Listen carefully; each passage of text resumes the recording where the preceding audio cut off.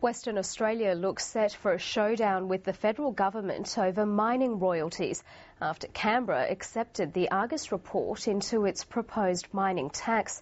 Canberra has warned states not to cash in by raising royalties, but the Premier says he won't be bullied.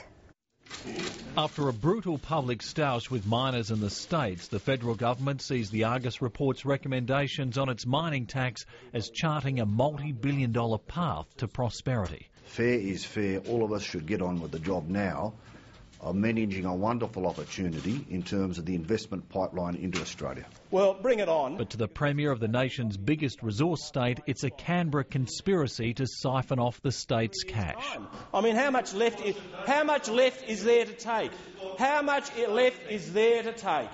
Among the key recommendations accepted by the government was an agreement to refund mining companies any future rises in state royalties. Exactly how this will happen isn't clear, but the Federal Treasurer has indicated if the states opportunistically increase royalties, Commonwealth funding could be withheld. I'll just name the revenue stream that comes to infrastructure. The states want that revenue stream. They need it, particularly in Western Australia and Queensland. But I don't anticipate, as we go through this, any great kerfuffle, to be frank. This is just sort of a bullying out of Canberra.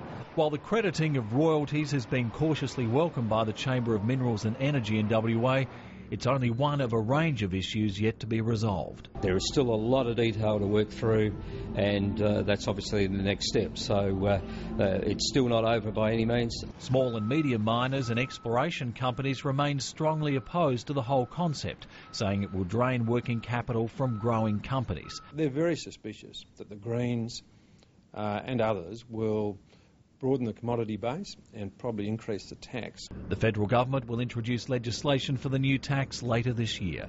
Andrew O'Connor, ABC News.